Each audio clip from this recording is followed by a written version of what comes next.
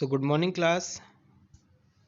स्वागत है आपका ललित एनसीईआरटी ऑनलाइन में।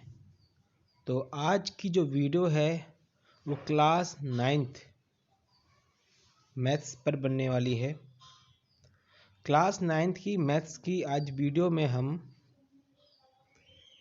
चैप्टर 13.3 हम पढ़ेंगे। आज चैप्टर 13.3 इसमें हम जो क्वेश्चन करेंगे वो क्वेश्चन होंगे आपके शंकु से रिलेटेड। कौन से रिलेटेड क्वेश्चंस हम सॉल्व करेंगे इसमें? ओके, तो हम जानते हैं हमें यहाँ पर दो चीज़ें पता होनी चाहिए। एक तो वक्र पृष्ठीय क्षेत्रफल जिसको हम CSA या कर्व सरफेस एरिया कहते हैं, जो कि शंकु का जो वक्र पृष्ठीय क्षेत्रफल होता है वो होता है πr_l। और दूसरा होता है कुल पृष्ठीय क्षेत्रफल जिसको हम टोटल सरफेस एरिया कहते हैं, और वो होता है πr_l प्लस πr² जिसे हम कुल पृष्ठीय क्षेत्रफल कहते हैं। तो इस एक्सरसाइज में ये दो मेन फॉर्मूले हैं जिन पर बेस्ड कुछ सवाल हम सॉल्व करेंगे। हम इस एक्सरसाइज का क्वेश्चन नंबर 4 लेते हैं। Okay, question number 4 13.3। तो शुरू करते हैं।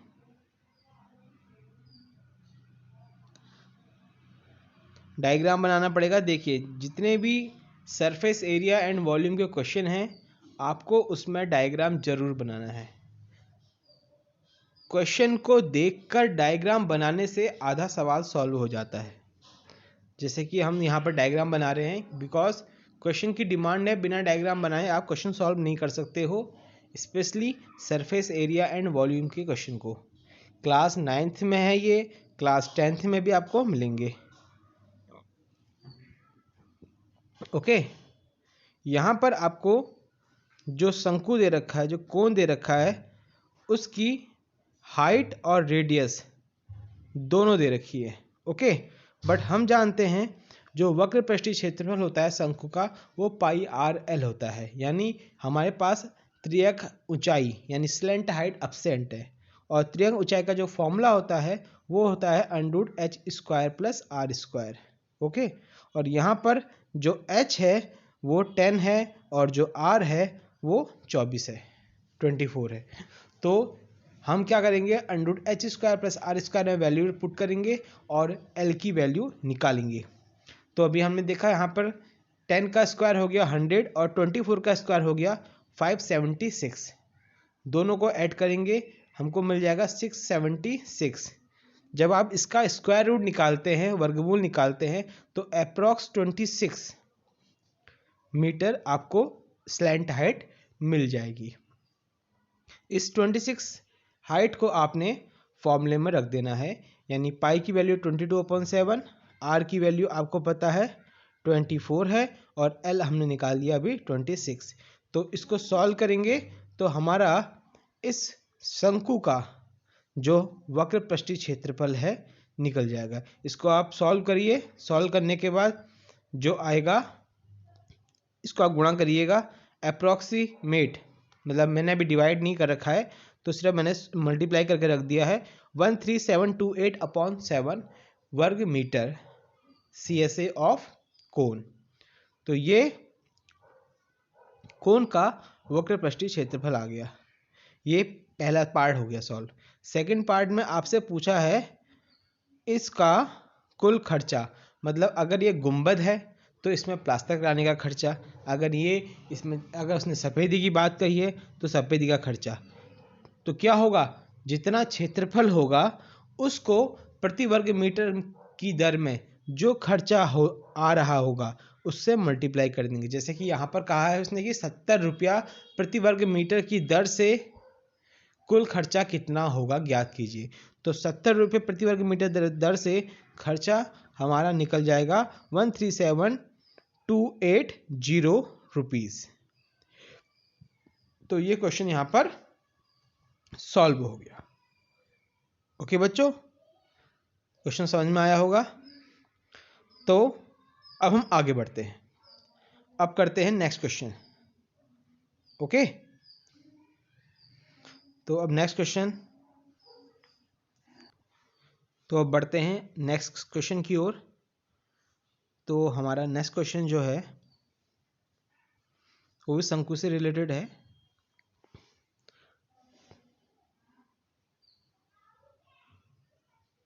तो वही सबसे पहले डायग्राम बनाना है हमने। ओके, क्योंकि डायग्राम में जो जो हमको दिया है वो हमें डायग्राम में मेंशन करना है। एक शंकु बना लेंगे हम।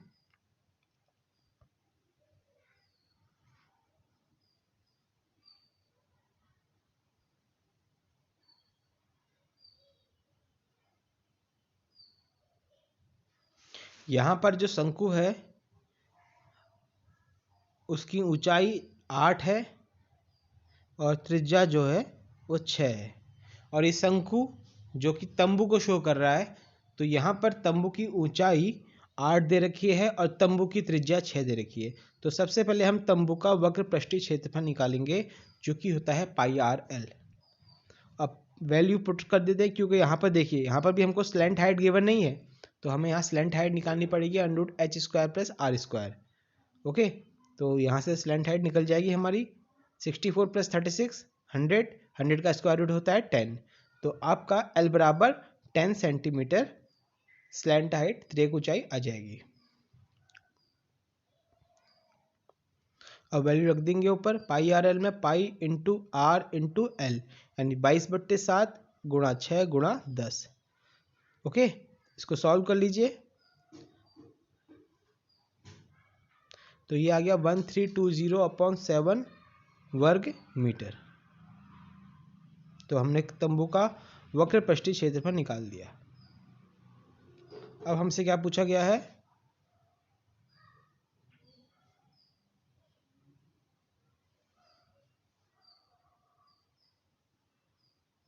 देखो यहाँ पर सवाल में कहा गया है कि जो तंबू है उसको लगाने में, यानी उसको बनाने में कह सकते हैं, जो तिरपाल का खर्चा है वो कितना होगा। अब तिरपाल की यहाँ हमें चौड़ाई दे रखी है, लंबाई नहीं दे रखी है। तो तिरपाल का जो क्षेत्रफल होगा, यानी लंबाई गुणा चौड़ाई, वो उसके तंबू के वक्र पृष्ठीय क्षेत्रफल के बराबर होगा। अर्थात लंबाई गुणा चौड़ाई बराबर तंबू का वक्र पृष्ठीय क्षेत्रफल। तो लंबाई को हम L मान लेंगे क्योंकि वो हमें दे नहीं रखी है, और चौड़ाई हमें गिवन है। तो लंबाई गुणा चौड़ाई बराबर तंबू का वक्र पृष्ठीय क्षेत्रफल।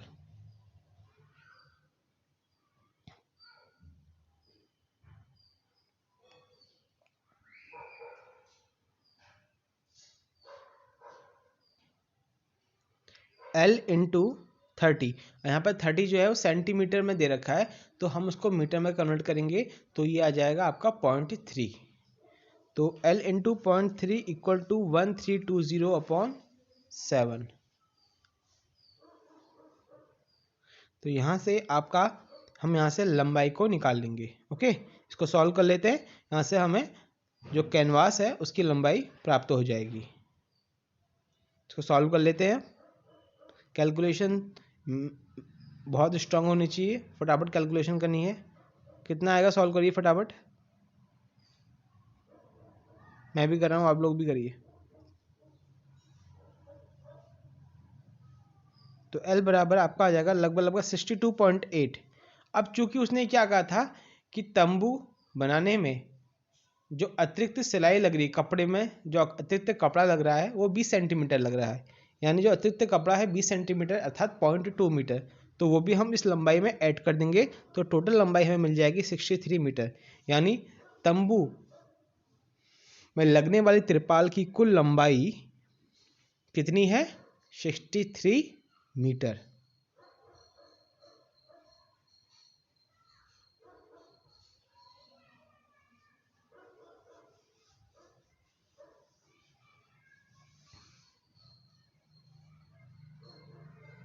Which is the answer of this question. अब हम नेक्स्ट क्वेश्चन में बढ़ते हैं आगे। अब हमारा नेक्स्ट क्वेश्चन, ओके, तो नेक्स्ट क्वेश्चन जो हमने लिया है वो है क्वेश्चन नंबर 7। अब सवाल पढ़ लेते हैं। सवाल क्या कह रहा है हमसे,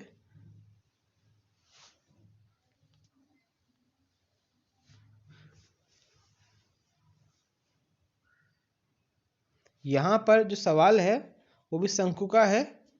यहाँ पर गुंबद की बात की गई है। ये कह रहा है गुंबद का व्यास दिया है, गुंबद का व्यास बराबर, गुंबद का व्यास दे रखा है हमें 14 मीटर। तो हम सबसे पहले गुंबद की क्या निकालेंगे, त्रिज्या निकालेंगे। तो गुंबद की त्रिज्या हो जाएगी 7, 14/2 7 मीटर।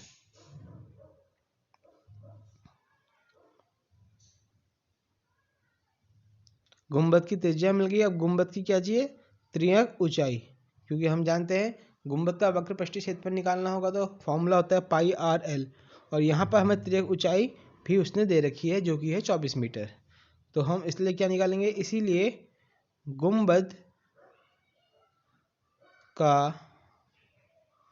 वक्र पृष्ठीय क्षेत्रफल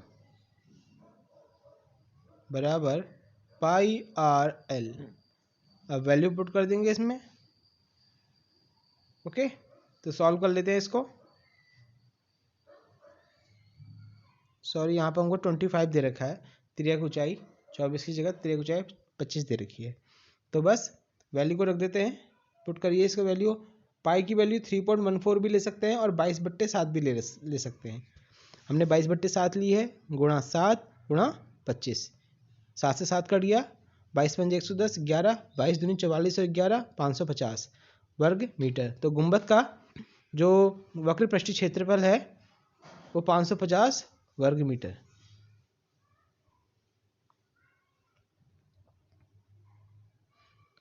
अब गुंबद की हमें पुताई करवानी है।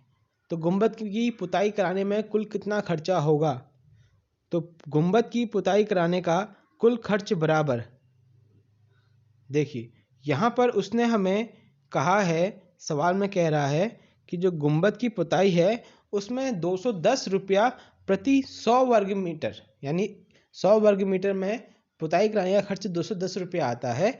तो गुंबद में कुल पुताई कराने में कितना खर्चा आएगा, तो हम क्या करेंगे, 210/100 गुणा 550, इसको सॉल्व कर लेंगे।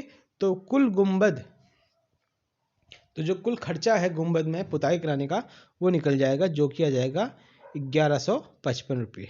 और यही क्वेश्चन समाप्त होता है। तो वीडियो कैसी लगी बताइएगा ज़रूर, चैनल को सब्सक्राइब करिएगा, लाइक शेयर कमेंट जरूर करिएगा। Okay, thank you.